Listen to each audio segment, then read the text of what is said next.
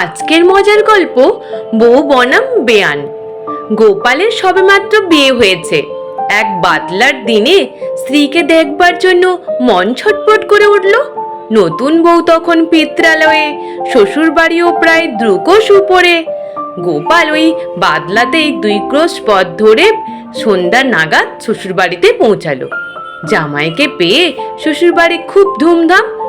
সেকালে রসিকতার ক্ষেত্রে পাত্রপাত্রী বাজ বিচার সব বড় একটা ছিল না। শ্বশুর জামাই শাশুড়ি পুত্রবধূতে মোটে রসিকতা আদান প্রদান অবাধ্যই চলতো। বাদলার দিনে হঠাৎ গোপালকে দেখে গোপালের শ্বশুর খুব খুশি হলো। তাই সে একটা রসিকতায় প্রলোভন সংবরণ করতে পারলেন না। সকলের সামনেই জিজ্ঞাসা করলেন, আজকের মতো বাদলার কি ভালো লাগে বলো দেখি, কে বলতে পারো? যে বলবে তাকে 50 টাকা পুরস্কার দেব। গোপালের শ্বশুরের অবস্থা বেশ ভালোই ছিল। গোপাল মুখ ফোঁড় করে লোক বলে উঠল, আজকের মতো বাদলায় শ্বশুর বাড়িতে গিয়ে বউয়ের সঙ্গে হাসি আর গল্প করতেই ভালো লাগে। এর চেয়ে আর কি ভালো লাগতে পারে বলুন? ঠিক ওই কথাটাই শোনবার প্রত্যাশা ছিল শ্বশুরের। কিন্তু সে অমনি বলে উঠল, কথাটা ঠিক, কিন্তু তার চাইতেও ভালো লাগে বেয়াই বাড়িতে গিয়ে বেয়ানের সাথে গল্প করতে। বলো বাবাজি, তোমার চেয়েও এটা আরো বেশ ভালো নয় কি? গোপাল অমনি দাঁড়িয়ে চাদর কাঁধে তুলতে বললে, তাই নাকি? তা জানলে তো আমি না এসে বাবাকে পাঠিয়ে দিতাম। তা এখন রাত বেশি হয়নি, আমি গিয়ে বাবাকে এক্ষুনি পাঠিয়ে দিচ্ছি। তিনি এসে বেয়ানের সঙ্গে গল্প গুজব আমোদ আহ্লাদ করুন। আমি যত তাড়াতাড়ি পারবো ছুটতে ছুটতে বাড়ি যাব। শ্বশুরের মুখ ভোঁতা দে তো হাসি বের করে বলে, তোমার এখন বৃষ্টি রাতে যেতে হবে না বাবা, ভিতরে গিয়ে বিশ্রাম করো।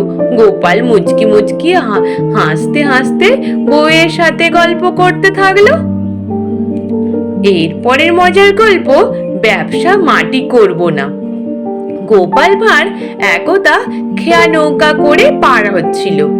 তোড়ে জোয়ার আসার সময় গোপাল খেয়া নৌকা থেকে জলে পড়ে গেল মাঝ নদীতে। পড়েই নাকানি চোমানি খেতে লাগলো। ভীষণ স্রোত, তাই কেউ তাকে তোলবার জন্য জলে ঝাঁপ দিতে সাহস করলো না।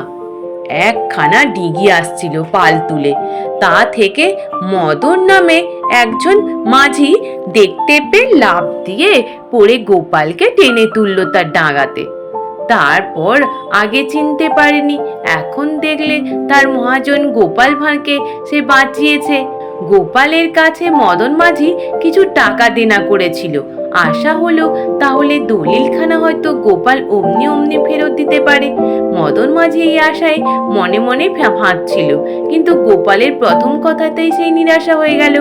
গোপাল বললে, তুমি আমায় বাঁচিয়েছ মদন, আমিও দরকার হলে তোমার জন্য প্রাণ দেব, কিন্তু তা বলে সুদ ছাড়াতে গিয়ে ব্যবসা কখনো মাটি করব না। গোপালের প্রাঞ্জল কথা শুনেই মদন সরকারের প্রাঞ্জল, তার আশার গুড়ে বালি। হাই রে, আসল ছাড় তো দূরস্থান, দূরের ঠেলাতেই মদনের লবে যান। আজ এই পর্যন্তই। নিশ্চিত তোমাদের সকলে ভালো লেগেছে। আর যদি ভালো লেগে থাকে তাহলে একটু লাইক আর সাবস্ক্রাইব করে দিও।